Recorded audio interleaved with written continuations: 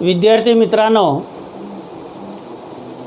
12वी तत्वज्ञान विषयाच्या ई तासिकेमध्ये आपले सर्वांचे सहर्ष स्वागत आहे।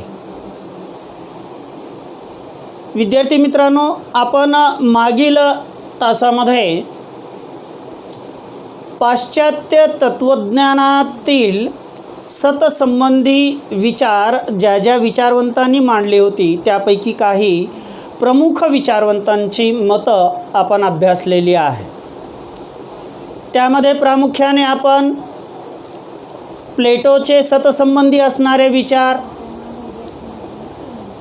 ॲरिस्टॉटलचे सतसंबंधी असणारे विचार आणि आधुनिक पाश्चात्य तत्वचिंतकामध्ये आपण देकार्त या आधुनिक तत्वज्ञानाचा जनक असणाऱ्या विचारवंताचे विचार अभ्यासलेले आहेत, सतसंबंधी विचार अभ्यासलेले आहेत। त्यानंतर आपण स्पिनोझा या सर्वेश्वरवादी तत्वचिंतकाचे सतसंबंधी असणारे विचार अभ्यासलेले आहेत आणि लायबनिज याही विचारवंताचे सतसंबंधी असणारे विचार आपण अभ्यासलेले आहेत। तत्वज्ञानाचं आपलं जे पहिलं प्रकरण आहे, काहीतरी आहे पण काय आहे, something, there is something but what it is, या प्रकरणाच्या आजच्या आपण शेवटच्या तासिकेला सुरुवात केलेली आहे। आजच्या तासिकेमध्ये आपणास प्रामुख्याने दोन मुद्द्यांचा अभ्यास करायचा आहे। आधुनिक पाश्चात्य तत्वचिंतकाच्या परंपरेतील हेगेल या विचारवंताचे सतसंबंधी असणारे विचार अभ्यासायचे आहेत आणि त्याचसोबत सतसंबंधी वैज्ञानिक दृष्टिकोन काय आहे, सायंटिफिक व्ह्यू काय आहे, याचाही अभ्यास आपणास याच्या तासिकेमध्ये करायचा आहे। आणि हे दोन मुद्दे आपण आजच्या तासिकेत घेतल्यानंतर आपला तत्वज्ञानाचा फिलॉसॉफीचा पहिलं प्रकरण या ठिकाणी संपतं। तर चला विद्यार्थी मित्रांनो, आपण आजच्या तासिकेला प्रत्यक्षामध्ये सुरुवात करूया। आपणास आजच्या तासिकेमध्ये ज्या पाश्चात्य विचारवंताचे सतसंबंधी विचार अभ्यासावायचे आहेत त्या विचारवंताचं नाव आहे हेगेल। हेगेल या पाश्चात्य विचारवंताचे सतसंबंधी असणारे विचार, हेगेलची सत्तामीमांसा किंवा हेगेलचे अंतिम सतसंबंधी विचार आपणास अभ्यासायचे आहे। आता हेगेल या विचारवंताने आपले सतसंबंधी विचार मांडत असताना हेगेल या विचारवंताने एकतत्ववादाचा पुरस्कार केलेला आहे। कशाचा पुरस्कार केलेला आहे विद्यार्थी मित्रांनो? एकतत्ववादाचा पुरस्कार केलेला आहे। एकतत्ववादाचा पुरस्कार करून हेगेल या विचारवंताने आपले सतसंबंधी विचार मांडलेले आहेत। आता हेगेल या विचारवंताचा एकतत्ववाद अभ्यासत असताना आपणास असे लक्षात येईल की पार्मेनिडिस हा पाश्चात्य विचारवंत आणि त्याचसोबत स्पिनोझा हा पाश्चात्य विचारवंत, या दोन्हीही विचारवंतांनी आपले सतसंबंधी विचार मांडत असताना आपणास एक गोष्ट लक्षात आली असेल की यांनी सतसंबंधी विचार मांडत असताना एकतत्ववादाचा पुरस्कार केलेला आहे। एकतत्ववादाचा पुरस्कार केलेला आहे। याचा अर्थ काय होतो विद्यार्थी मित्रांनो? की ज्या पद्धतीने पार्मेनिडिस आणि स्पिनोझा या विचारवंतांनी सतसंबंधी विचार मांडत असताना एकतत्ववादाचा पुरस्कार करून सतसंबंधी विचार मांडलेले आहेत, त्याच पद्धतीने हेगेल या विचारवंताने सुद्धा आपले सतसंबंधी विचार मांडत असताना एकतत्ववादाचाच पुरस्कार केलेला आहे।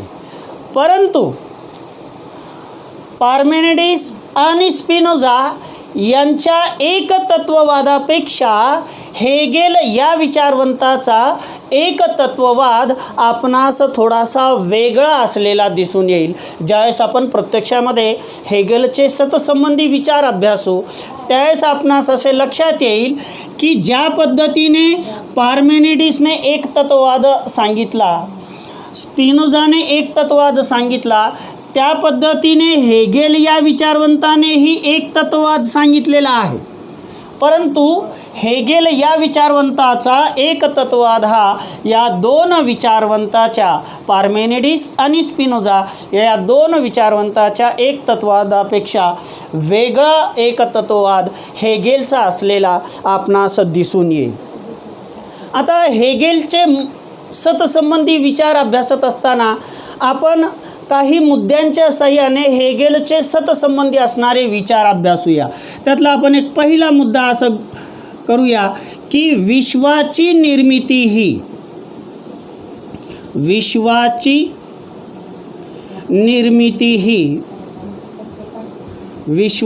निर्मिती ही एकाच सततत्वापासून झालेली आहे.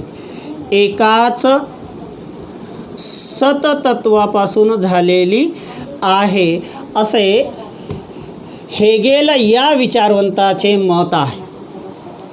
आता ज्या पद्धतीने पार्मेनिडिसने एकतत्ववाद मांडत असताना सतसंबंधी विचारामध्ये पार्मेनिडिसने असे मत मांडले होते की बल, काळ या ज्या गोष्टी आहेत, बळ, काळ, गती या गोष्टींना कोणतेही स्थान नाही किंवा या गोष्टी अस्तित्वामध्ये नसतात. पार्मेनिडिस या विचारवंताच्या मतानुसार गती, बदल, काळ या गोष्टीमध्ये मुळात अस्तित्वात नसतात. कारण या गोष्टींचा संबंध, गती, बदल आणि काळ या गोष्टींचा संबंध नसण्याशी आहे. म्हणून या तिन्ही गोष्टींना अस्तित्व नाही असे पार्मेनिडिसचे मत आपण मागील तासामध्ये अभ्यासलेले आहे. त्याचसोबत स्पिनोझा हा विचारवंत काय म्हणतो की स्पिनोझा या विचारवंताच्या मतानुसार की मूलतत्व जे आहे त्या मूलतत्वाच्या ठिकाणी असंख्य असे गुणधर्म आहेत. त्या मूलतत्वाच्या ठिकाणी गुणधर्म असंख्य आहेत आणि त्या मूलतत्वाच्या ठिकाणी असणाऱ्या असंख्य गुणधर्मांचे ज्ञान, मूलतत्वांच्या ठिकाणी असणाऱ्या असंख्य गुणधर्मांचे ज्ञान आपणास होत नाही, मनुष्याला होणे शक्य नाही. मूलतत्वांच्या ठिकाणी असणाऱ्या गुणधर्मांचे ज्ञान मनुष्याला, मानवाला होणे शक्य नाही. कारण मानवाच्या बुद्धीला काही मर्यादा असतात असे स्पिनोझाचे मत आपण अभ्यासलेले आहे. मग या दोघांच्या मतानुसार जो एकतत्ववाद त्यांनी सांगितलेला आहे त्याच पद्धतीने हेगेल या विचारवंताने आपले सतसंबंधी विचार मांडत असताना हेगेल हा विचारवंत असं म्हणतो की या विश्वामध्ये ज्या काही गोष्टी अस्तित्वामध्ये आहेत, या विश्वामध्ये ज्या वस्तू अस्तित्वात आहेत, जे पदार्थ अस्तित्वात आहेत, जे घटक अस्तित्वात आहेत, या विश्वामध्ये अस्तित्वात असणारे सर्व घटक, या विश्वामध्ये अस्तित्वात असणाऱ्या सर्व वस्तू, या विश्वामध्ये अस्तित्वात असणाऱ्या सर्व गोष्टी या एकमेकांशी संबंधित असलेल्या आपणास दिसून येतात. विश्वात अस्तित्वात असलेल्या वस्तू या एकमेकाशी संबंधित आहेत आणि त्याचसोबत या सर्व वस्तू, विश्वात अस्तित्वात असणाऱ्या सर्व वस्तू या स्वतःच्या अस्तित्वासाठी एकमेकांवर अवलंबून आहेत असे हेगेलचे मत आहे. काय म्हणतो विद्यार्थी मित्रांनो हेगेल? पहा की विश्वामध्ये ज्या वस्तू आहेत, विश्वामध्ये ज्या वस्तू आहेत त्या वस्तू या एकमेकांशी संबंधित आहेत. त्या वस्तू कशा आहेत? एकमेकांशी संबंधित आहेत.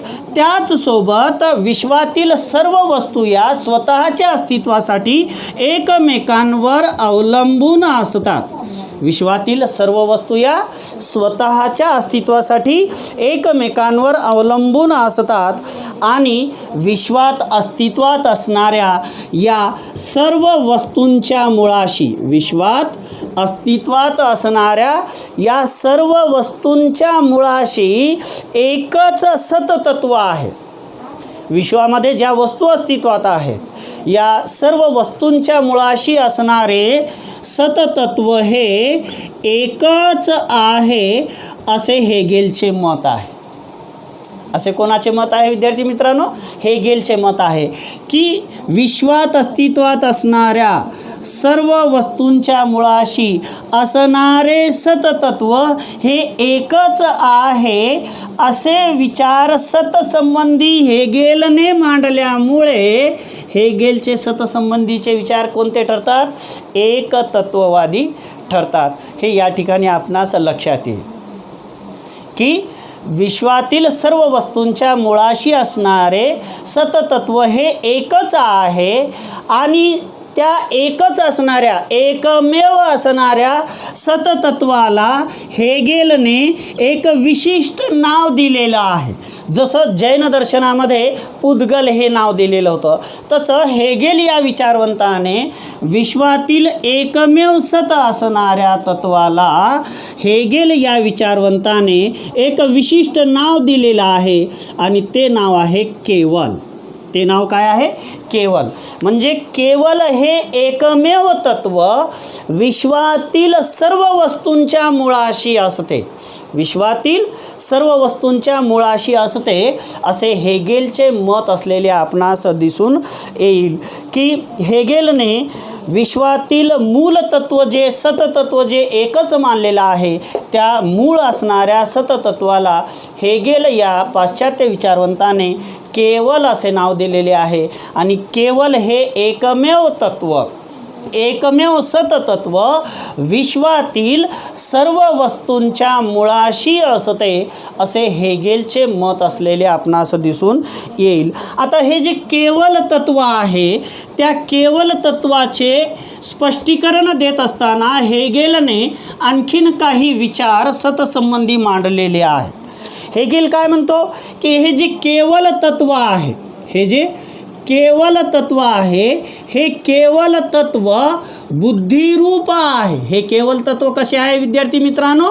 बुद्धिरूप आहे असे कोणाचे मत आहे? हेगेल या विचारवंताचे मत आहे. आणि केवल हे तत्व बुद्धिरूप असून केवल हे तत्व बुद्धिरूप असून ते शक्ती किंवा ऊर्जा शक्ती किंवा ऊर्जा तर केवल म्हणजे बुद्धिरूप शक्ती किंवा ऊर्जा केवल हे तत्व म्हणजे बुद्धिरूप शक्ती किंवा ऊर्जा असे हेगेलने केवल या तत्वाविषयी विचार मांडत असताना सांगितलेले आहे. हेगेल या विचारवंताच्या मतानुसार केवल हे जे तत्व या जगामध्ये अस्तित्वात आहे हे एकमेव तत्व अस्तित्वात आहे आणि केवल हे तत्व स्वतःच्या अस्तित्वासाठी इतर कशाचेही सापेक्ष स्वतःच्या अस्तित्वासाठी इतर कशाचेही सापेक्ष नाही. म्हणजे केवल हे तत्व निरपेक्षपणे अस्तित्वात असते. केवल हे तत्व निरपेक्षपणे अस्तित्वात असते. त्याला स्वतःच्या अस्तित्वासाठी इतर कशाच्याही सापेक्ष नाही. म्हणजे केवल या तत्वाला स्वतःच्या अस्तित्वासाठी इतर कोणत्याही घटकाची इतर कोणत्याही तत्वाची गरज नाही, आवश्यकता नाही. तर केवल हे तत्व निरपेक्षपणे अस्तित्वामध्ये असते आणि केवल हे तत्व निरपेक्षपणे अस्तित्वात असून केवल हे तत्व जड नसून केवल हे तत्व जड नसून ते चैतन्य रूप आहे. ते कसे आहे? चैतन्य रूप आहे असे हेगेल या विचारवंताचे मत आहे. कारण विद्यार्थी मित्रांनो काही विचारवंतांनी मूलतत्व एक जरी मानलेलं असेल तरी त्यांनी त्याला जड मानलेलं आहे. परंतु हेगेल या विचारवंताच्या मतानुसार या जगातील सर्व वस्तूंच्या मुळाशी असणारे सततत्व हे एकच असून ते सततत्व एकच जे आहे ते केवल हे तत्व आहे आणि केवल हे तत्व निरपेक्षपणे अस्तित्वात असून ते केवल तत्व जड नसून ते कसे आहे, चैतन्य रूप आहे, असे हेगेल या विचारवंताचे मत आहे. तर केवल हे तत्व बुद्धिरूप आहे. केवल हे तत्व कसे आहे, बुद्धिरूप असून तेच शक्ती किंवा ऊर्जा आहे. केवल हे तत्व बुद्धिरूप शक्ती किंवा ऊर्जा आहे असे हेगेल या विचारवंताचे मत आहे. म्हणजे एकंदरीत आपण जर पाहिलं तर जे एक तत्व, मूल तत्व, एक सततत्व हेगेल या विचारवंताने जे मानलेले आहे ते त्या एक तत्वाला, त्या सत असणाऱ्या एक तत्वाला हेगेलने केवल असे नाव दिलेले आपणास दिसून येते. आणि केवल हे तत्व जड नसून चैतन्य रूप असल्यामुळे केवल हे तत्व स्वभावतःच, केवल हे तत्व स्वभावतःच गतिशील असते. केवल हे तत्व स्वभावतःच कसे असते, गतिशील असणारे असे केवल हे तत्व आहे. आणि अशा केवल तत्वाच्या ठिकाणी अनेक प्रकारच्या क्षमता आणि शक्यता या सुप्त स्वरूपामध्ये असतात.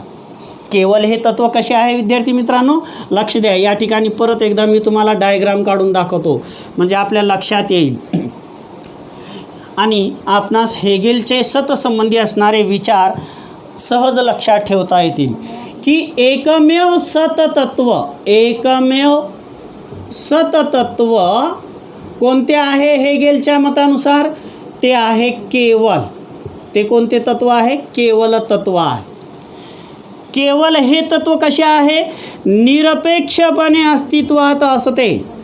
ते स्वतःच्या अस्तित्वासाठी इतर कशाचेही सापेक्ष नसते. त्याचसोबत केवल हे तत्व जड नसून हे तत्व कसे आहे, चैतन्य रूप आहे. हे तत्व कसे आहे, चैतन्य रूप आहे. आणि त्याच सोबत हे तत्व स्वभावतःच, हे तत्व कसे, स्वभावतःच गतिशील असते. कसे असते, गतिशील असते. आणि केवल याच तत्वाच्या ठिकाणी अनेक प्रकारच्या, वेगवेगळ्या प्रकारच्या सुप्त क्षमता असतात. काय असतात, सुप्त क्षमता असतात किंवा सुप्त शक्यता असतात. केवल या तत्वाच्या ठिकाणी अनेक प्रकारच्या सुप्त क्षमता आहेत, शक्यता आहेत, असे कोणाचे मत आहे, हेगेल या विचारवंताचे मत आहे. आणि केवल या तत्वाच्या ठिकाणी ज्या सुप्त क्षमता आहेत, ज्या सुप्त शक्यता आहेत, या सुप्त शक्यतांचे, क्षमतांचे पूर्ण प्रकटीकरण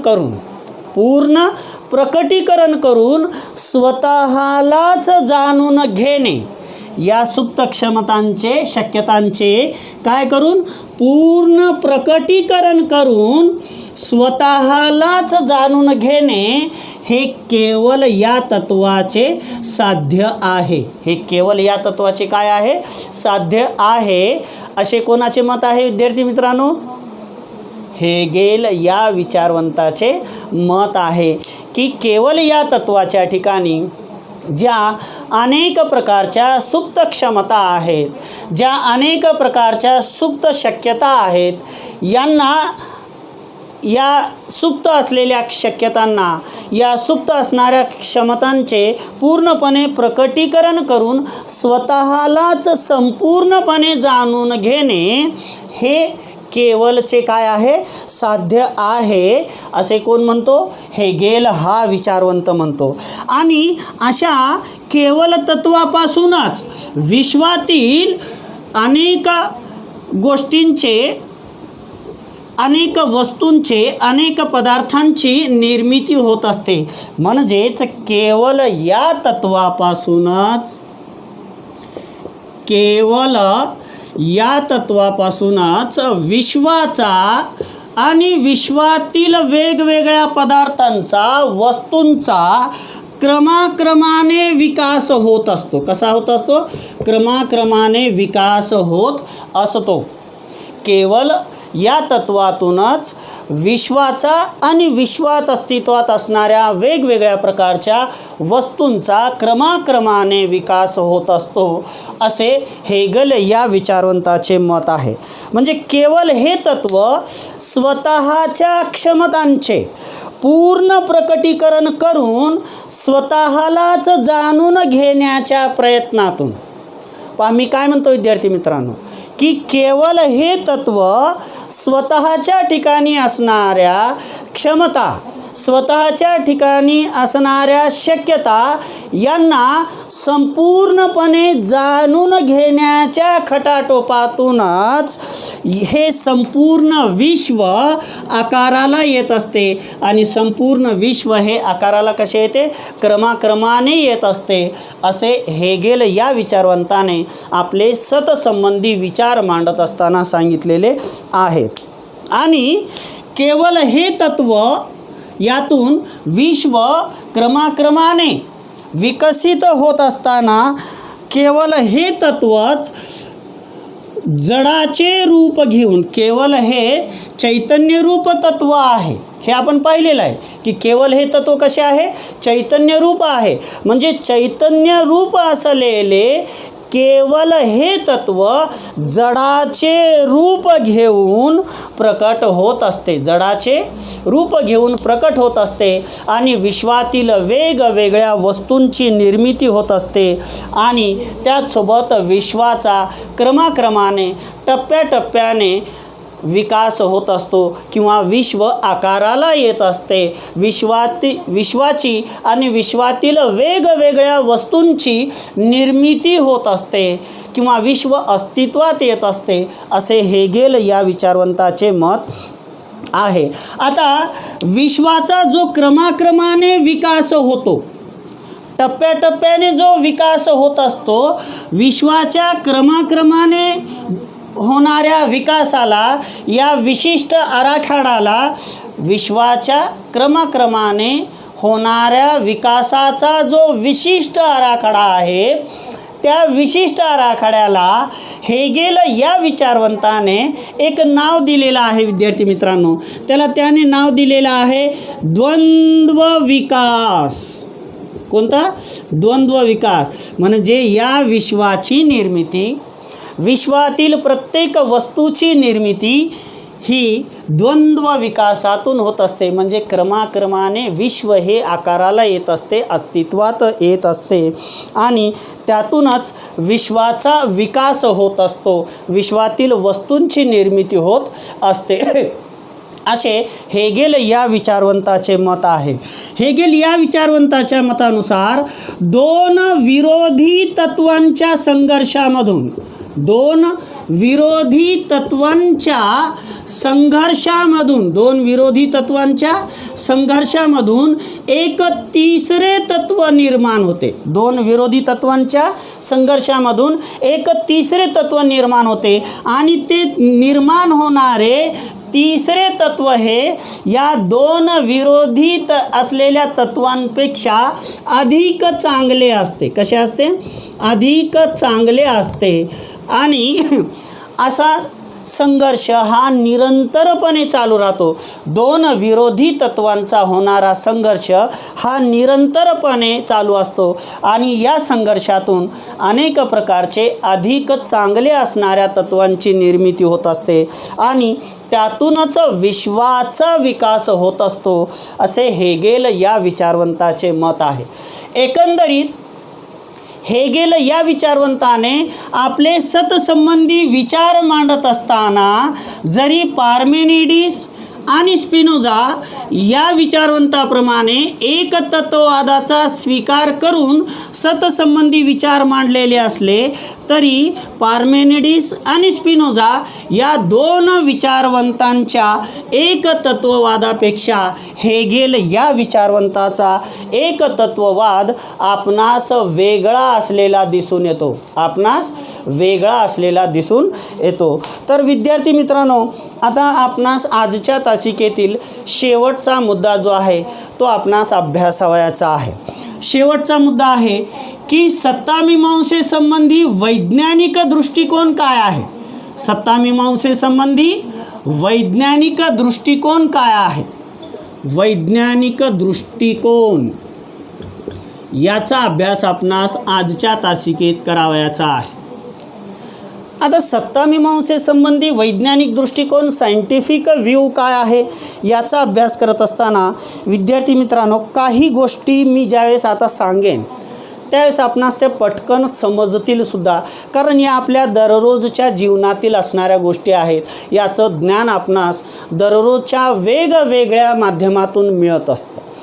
की या जगासंबंधी, या विश्वासंबंधी मानवाच्या ठिकाणी जी अपार कुतूहलता होती, कुतूहलता म्हणजे जिज्ञासा, लालसा ज्याला आपण म्हणू, की या विश्वासंबंधीच्या अपार कुतूहलतेतून, अमर्यादित जिज्ञासेतून या विश्वासंबंधी आणि विश्वातील वेगवेगळ्या वस्तूंसंबंधी अनेक प्रश्न उपस्थित केली गेली.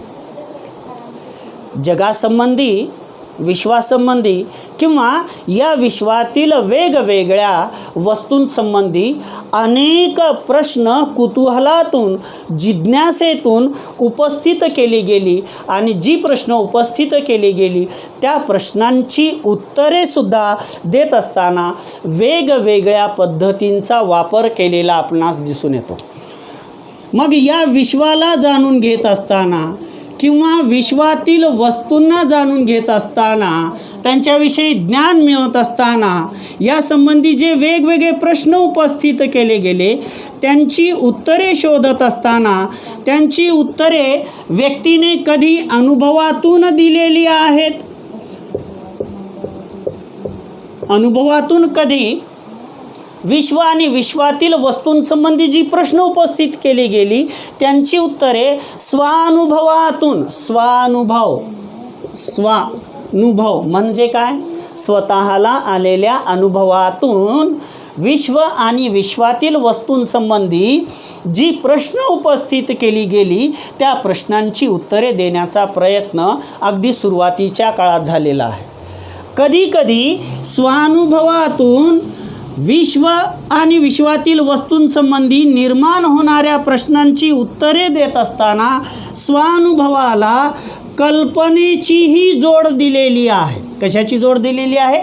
स्वानुभवासोबत कल्पनेची जोड देऊन सुद्धा विश्व आणि विश्वातील वस्तूंसंबंधी जी प्रश्न उपस्थित केली गेली त्यांची उत्तरे शोधण्याचा प्रयत्न केला गेलेला आहे. परंतु नंतरच्या काळामध्ये प्रयोगाच्या माध्यमातून, एक झालं स्वानुभवातून, त्याचसोबत स्वानुभव आणि कल्पना यांची जोड देऊन विश्व आणि विश्वातील वस्तूंसंबंधी जी प्रश्न उपस्थित केली गेली त्यांची उत्तरे शोधण्याचा प्रयत्न झाला. त्याचसोबत तिसरी पद्धत आहे प्रयोगाच्या माध्यमातून सुद्धा विश्व आणि विश्वातील वस्तूंसंबंधी जी काही प्रश्न उपस्थित करण्यात आली त्या संबंधीचं उत्तर शोधण्याचं कार्य प्रयोगाच्या माध्यमातून सुद्धा उत्तरे शोधली गेली. आणि प्रयोगातून जी उत्तरे मिळाली, विश्व आणि विश्वातील वस्तूंसंबंधी जी प्रश्न होती त्याची जी उत्तरे आपणास प्रयोगाच्या माध्यमातून मिळालेली आहेत ती उत्तरे वस्तुनिष्ठ मानली गेली. ते ज्ञान वस्तुनिष्ठ मानलं गेलं. प्रयोगातून मिळणारे ज्ञान हे वस्तुनिष्ठ स्वरूपाचे मानले गेले. मग विज्ञानामध्ये जसं जसं विज्ञान विकसित होत गेलं तसं तसं विज्ञानामध्ये सतसंबंधी, अंतिम सत्तेसंबंधी अभ्यास करत असताना वेगवेगळे विचार आपणास असलेले दिसून येतात. विज्ञानामध्ये प्रामुख्याने कशाचा शोध घेतला जातो? विज्ञानामध्ये प्रामुख्याने काय आहे, काय आहे याचा शोध घेतला जातो. काय आहे त्याचा शोध विज्ञानामध्ये घेतला जातो. कारण काळाच्या ओघामध्ये प्रयोगाची जी वेगवेगळी साधने आहेत ती काळाच्या ओघामध्ये आपणास विकसित झालेली दिसून येतात. अगोदरच्या सुरुवातीच्या काळामध्ये आपणास एखादी सूक्ष्म वस्तू पाहण्यासाठी मायक्रोस्कोप, सूक्ष्मदर्शक अशी साधनं होती. आजच्या या प्रगत विज्ञानाच्या काळामध्ये अनेक प्रकारची वेगवेगळी प्रायोगिक साधने, विकसित असलेली प्रायोगिक साधने आपणास दिसून येतात. आणि या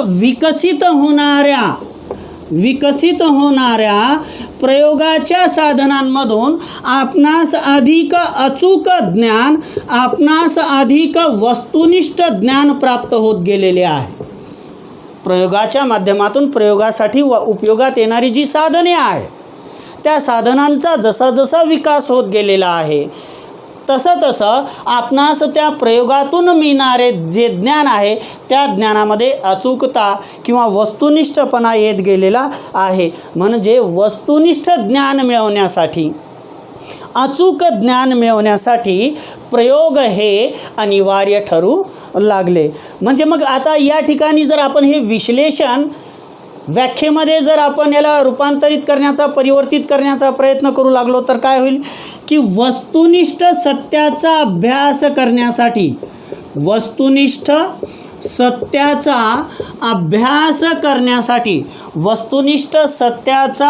अभ्यास करण्यासाठी जी पद्धती उपयोगात आणली जाते त्या पद्धतीला आपण विज्ञान किंवा विज्ञानाची पद्धती असं म्हणतो.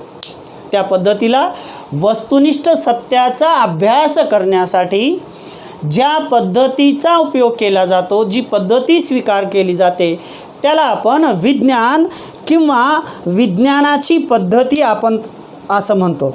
म्हणजे विज्ञानामध्ये विज्ञानाचे मूळ उद्दिष्ट आहे की काय आहे त्याचा शोध घेणे. विज्ञानाचं मूळ उद्दिष्ट काय आहे, प्रमुख उद्दिष्ट काय आहे की काय आहे याचा शोध घेणे हे विज्ञानाचे प्रमुख उद्दिष्ट आहे. आणि याचा शोध घेत असताना, स्थूल पदार्थांचे वर्तन अभ्यासत असताना अणुपातळीवर वेगवेगळ्या प्रकारच्या घडामोडी निरंतर घडत असतात. वेगवेगळ्या स्थूल पदार्थांच्या वर्तनांचा अभ्यास विज्ञानामध्ये करत असताना अणुपातळीवर त्यांच्यामध्ये वेगवेगळ्या प्रकारच्या घडामोडी या निरंतरपणे चालू असतात आणि त्या निरंतरपणे चालू असणाऱ्या घडामोडींचा अभ्यास विज्ञानामध्ये केला जातो. तर जसा विज्ञानाचा विकास होत गेला, विज्ञानाची ज्ञानकक्षा रुंदावत गेली, तशी नवीन परिभाषासुद्धा विकसित करण्याची जबाबदारी, कारण जसे विज्ञानाचे ज्ञान विकसित होत गेले तसे विज्ञानाची एक नवीन परिभाषा अस्तित्वात आलेली आपणास दिसून येते. विज्ञानाची नवीन परिभाषा अस्तित्वात आलेली आपणास दिसून येते. कारण काही गोष्टींना अगोदरपासूनच नाव असणे हे शक्य नाही. विज्ञानाची साधने जशी विकसित होत गेलेली आहेत, विज्ञानाची वेगवेगळी साधने जशी विकसित होत गेली तशी विश्वाचे नवनवीन रूप आपणास समजलेले आहे. विद्यार्थी मित्रांनो, अगोदर आपणास भूकंप हा का होतो, कोणत्या कारणामुळे होतो हे अवगत होत नव्हतं. पण आज विज्ञानाने अशी साधने विकसित केलेली आहेत की त्याच्या सहाय्याने आपण हे जाणतो की पृथ्वी ही अनेक थरांची मिळून बनलेली आहे. ती थरं नेहमी निरंतर सरकत असतात. ज्यावेळेस ही थरे सरकत असतात त्यावेळेला भूकंप होतो. सुनामी लाटा केव्हा येतात, कशा येतात, किती उंचीच्या निर्माण होतील या संबंधीचं अद्ययावत ज्ञान आपण आज घेत आहोत. म्हणजे हे सर्व कशामुळे शक्य होत आहे, विज्ञानाने विकसित केलेल्या साधनांमुळे शक्य होत आहे. म्हणजे विज्ञानाची साधने जशी विकसित होत आहेत तसे विश्वाचे नवनवीन रूप, या जगाचे नवनवीन रूप आपल्याला माहीत होत आहे. आणि विश्वाच्या माहीत होणाऱ्या नवनवीन रूपाला अगोदरपासूनच नाव असणे शक्य नाही. त्याचं एक उदाहरण या ठिकाणी विद्यार्थी मित्रांनो आपणास देतो, ज्यामुळे तुम्ही आम्ही सर्वजण आज त्रस्त आहोत. आणि ती गोष्ट आहे ज्यामुळे आपण सर्वजण संपूर्ण विश्वातली मानवजात त्रस्त आहे. ती गोष्ट आहे कोरोना. ती गोष्ट आहे कोरोना. आता ज्यावेळेस पहिल्यांदा हा आजार निघाला त्यावेळेस या आजाराला अगोदरपासूनच विज्ञानामध्ये नाव असणे शक्य नाही आहे. मग अशा वेळेला हे नवीन गोष्ट समोर आल्यानंतर यासाठी नवीन परिभाषा निर्माण करण्याचं कार्य विज्ञान करतं. आणि या रोगाला त्यांनी कोरोना म्हणजेच कोविड-19 हे नाव त्यांनी दिलेलं आहे. म्हणजे विज्ञानाने नवीन परिभाषा विकसित केलेली आपणास दिसून येते. त्याचसोबत आपल्या सूर्यमालेमध्ये अनेक ग्रह आहेत. या ग्रहांना दिलेली नावे ही विज्ञान निर्मित आहे. की आपण सुरुवातीला सूर्यमालेमध्ये युरेनस हा ग्रह शेवटचा ग्रह आहे असं मानत होतो. परंतु ज्या वेळेला लक्षात आलं की युरेनस हा ग्रह त्याच्या गणिती कक्षेमध्ये न फिरता थोडासा किंचितसा वेगळा होत आहे, त्यावेळेला शास्त्रज्ञांनी एक अनुमान केला की युरेनस या ग्रहाला आकर्षित करणारा आणखीन एक ग्रह असला पाहिजे. आणि त्याचा शोध झाला आणि शेवटच्या ग्रहाचा शोध लागला. आणि त्याला अगोदरपासून नाव होते का? नव्हते, शक्य नाही. अशा त्या नवीन ग्रहाला नवीन परिभाषा नवीन नाव देण्याचं कार्य विज्ञानाने केलेलं आहे. आणि त्या ग्रहाला आपण नाव दिलं नेपच्यून. कोरोना, कोविड-19, कोरोना असे वेगवेगळे नवनवीन जे विश्वाची रूप येत असतील त्या विश्वांच्या रूपांना नवीन परिभाषा देण्याचं कार्य विज्ञान करत असतं. म्हणून आता हे जे विश्व अस्तित्वामध्ये आहे, हे संपूर्ण विश्व अस्तित्वात आहे ते सूक्ष्म कणांमुळे अस्तित्वात आहे. कशामुळे अस्तित्वात आहे? सूक्ष्म कणांमुळे अस्तित्वात आहे असं विज्ञानाचं, आजच्या आधुनिक विज्ञानाचं मत असलेलं आपणास दिसून येतं. आणि या सूक्ष्म कणांमुळे 3 प्रकारची बले निर्माण होतात. सूक्ष्म कणांमुळे काय होतं? 3 प्रकारची बले निर्माण होतात असं विज्ञानाचं मत आहे. तीन प्रकारची बले कोणत्या आहेत? एक आहे गुरुत्वाकर्षण बल. गुरुत्वाकर्षण बल. दुसरं बल कोणतं आहे? विद्युत चुंबकीय बल. विद्युत चुंबकीय बल. आणि तिसरं आहे 2 केंद्रकीय बले. 2 केंद्रकीय बले. ही 3 बले निर्माण होत असतात. कशामुळे? सूक्ष्म कणांच्या अस्तित्वामुळे 3 प्रकारची बले निर्माण होतात असं विज्ञानाचं मत आहे. की गुरुत्वाकर्षण बल, विद्युत चुंबकीय बल आणि 2 प्रकारची केंद्रकीय बले. ही 3 प्रकारची बले असतात, फोर्स असतात असं विज्ञानाचं मत आहे. आणि या बलातूनच, या 3 प्रकारच्या बलातूनच, 3 प्रकारची बले कोणती विद्यार्थी मित्रांनो? बिलकुल बरोबर आहे, गुरुत्वाकर्षण बल, विद्युत चुंबकीय बल आणि 2 केंद्रकीय बले. ही 3 प्रकारची बले सूक्ष्म कणांच्या अस्तित्वामुळे निर्माण होत असतात असा आजचा हा आधुनिक वैज्ञानिक दृष्टिकोन आहे. आणि पदार्थांचे जे गुणधर्म आहेत, आता या बलांचा काय परिणाम होत असतो विश्वातील पदार्थांवर, वस्तूंवर? पहा तर पदार्थांचे जे गुणधर्म आहेत, पदार्थांचे जे गुणधर्म आहेत त्यांच्यामध्ये होणाऱ्या ज्या प्रक्रिया आहेत किंवा सजीवांची होणारी जी वाढ आहे, सजीवांची होणारी जी वाढ आहे, या सर्व गोष्टींवर या 3 बलांचा, गुरुत्वाकर्षण बल, विद्युत चुंबकीय बल आणि 2 केंद्रकीय बले, या 3 बलांचा परिणाम आपणास पदार्थांचे गुणधर्म आणि त्यांच्यामध्ये होणारी प्रक्रिया यावर प्रभाव असलेला दिसून येतो. आणि त्याचसोबत सजीवांची वाढ यावर सुद्धा या 3 प्रकारच्या बलांचा आपणास प्रभाव असलेला दिसून येतो. मग आपण विज्ञान हे जी काही उपकरणे तयार करतं, विज्ञान जी काही उपकरणे तयार करतं, जी काही यंत्र तयार करतं, ही सर्व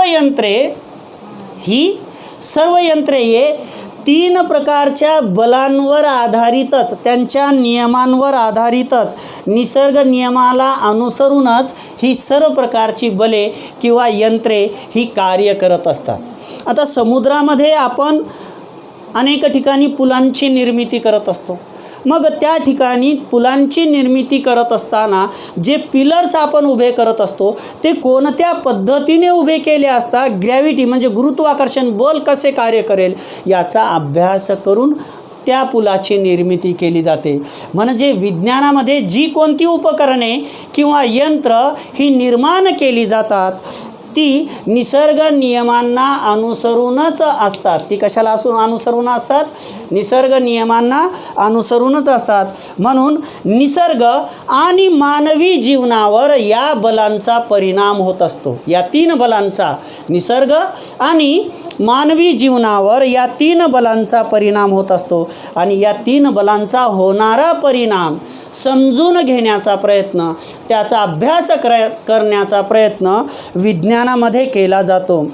या 3 बलांमध्ये सूक्ष्म कणांमध्ये होणाऱ्या ज्या हालचाली आहेत त्यांना ऊर्जा म्हटलं जातं, त्याचाही अभ्यास या विज्ञानामध्ये केला जातो। थोडक्यात जर सांगायचं असेल तर काय आहे